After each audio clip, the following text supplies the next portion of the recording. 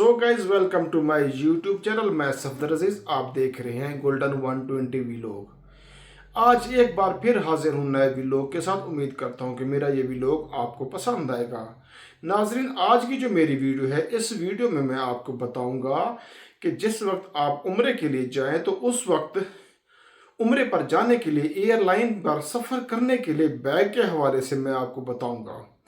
इसमें कितना वज़न होना चाहिए, हैंड कैरी में कितना वज़न होना चाहिए, आपका जो दूसरा बैग है बुक करने के लिए उसमें कितना वज़न होना चाहिए, और कौन कौन सी ऐसी चीज़ें हैं जो आप हैंड कैरी यानी हाथ में पकड़ते हुए बैग में तो नहीं रख सकते, लेकिन दूसरे बैग में वो आप उन चीज़ों को रख सकते हैं।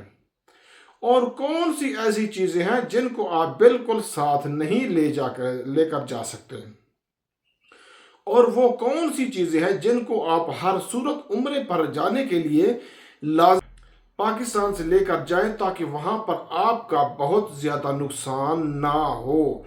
तो चले नाज़रीन, सबसे पहली बात ये समझ लें कि बैग दो तरह के होते हैं।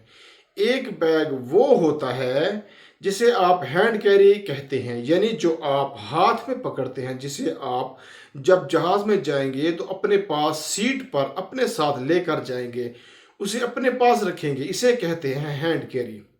हैंड कैरी के अंदर जहाज में जो है 10 किलो वजन लेकर जाने की इजाज़त है। 10 किलो से ज़्यादा होगा तो उसकी इजाज़त नहीं है, तो 10 कम कम उसका वज़न होना चाहिए। और दूसरी बात यह कि इसे हैंड कैरी के अंदर कोई भी लोहे की चीज़ नहीं होनी चाहिए, यानी जैसे कैंची होगी, नाखून तराश हो गया, कोई भी इस किस्म की चीज़ जो किसी को नुकसान दे सकती है या जो बतौर हथियार के तौर पर इस्तेमाल हो सकती है या किसी को जख्मी कर सकती है, ऐसी कोई चीज़ हैंड कैरी के अंदर। अगर ऐसी कोई चीज़ आपके पास होगी तो एयरपोर्ट पर जब आपकी तलाशी लेंगे या मशीन के अंदर से आपका सामान गुजरेगा तो उनको वो चीज़ें स्कैन होकर आपके बैग के अंदर से नज़र आ जाएंगी और वो आपसे ले लेंगे। इस बात का आप ख्याल रखें। और हैंड कैरी के अंदर कोई लिक्विड चीज़ भी ना हो, जैसे पानी की बोतल हो गई या सिरप हो गया या इस किस्म की कोई भी चीज़ हैंड कैरी के अंदर बिल्कुल ना हो। इस बात की भी इजाज़त वो नहीं देते। दूसरी बात यह कि ये चीज़ें जिसे आपकी ज़रूरत की हैं, मसलन नाखून तराश हो गया, ज़रूरत का होता है, इस किस्म की चीज़ें जो आपकी ज़रूरत की हैं अगर आपने साथ लेकर जानी है उस बैग के अंदर रखें। जो आपने बुक करवाना है वहाँ पर उसकी इजाज़त होती है। हैंड कैरी बैग का वज़न 10 किलो हो, ये तो मैंने पहले बता दिया है। और जो दूसरा बैग है उसकी 30 किलो वज़न की इजाज़त होती है। 30 किलो से ज़्यादा उसकी वज़न की इजाज़त बिल्कुल नहीं होती। तो नाजरीन, अब आते हैं उन चीज़ों की तरफ जो बहुत ज़रूरी चीज़ें हैं, जिनको समझना बहुत ज़रूरी है, जिनको याद रखना भी बहुत ज़रूरी है।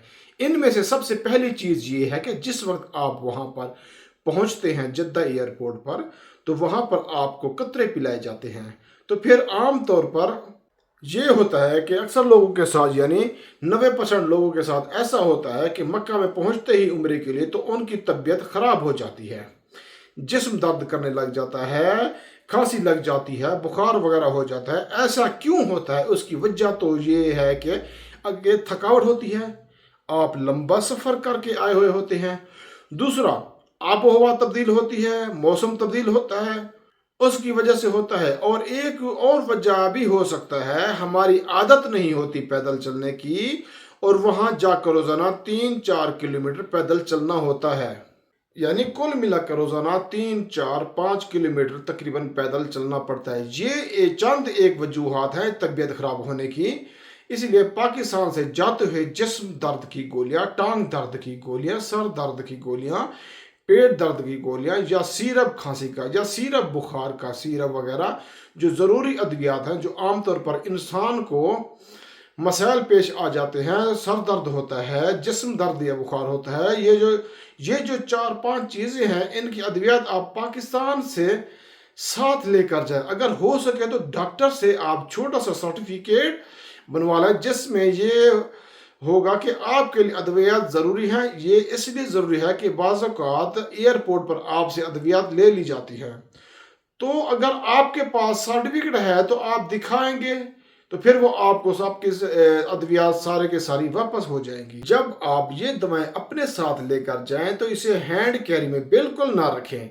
یہ چند ایک ضروری چیزیں ہیں جو آپ کو بتانا ضروری تھی۔ اسی طرح جب آپ کا عمرے کا ارادہ ہو تو بہتر یہ ہے کہ آپ 10 دن 15 دن 20 دن یا پھر 1 مہینہ پہلے پاکستان میں پیدل چلنا شروع کر دیں، تاکہ آپ کی پریکٹس ہو، آپ پریکٹس کر لیں، کیونکہ جب آپ کو مکہ میں پیدل چلنا پڑے تو آپ کی عادت بن چکی ہو اور طبیعت خراب نہ ہو اور مسائل پیش نہ آئے۔ یہ تو چند ایک باتیں تھی جو ضروری تھی، جو میں نے محسوس کی اور میں نے سمجھا کہ ان کے بارے میں آپ کو رہنمائی دے دی جائے، پہلے سے بتا دی جائے، تو آپ عمرے پر جانا چاہیں تو ان چیزوں کا آپ پہلے سے معلوم ہو تاکہ آسانی ہو، مشکل پیش نہ آئے۔ تو ناظرین، اگر میری یہ ویڈیو آپ کو پسند آئے تو میرے چینل کو سبسکرائب کریں، میری ویڈیوز کو لائک کریں، کمنٹس کریں۔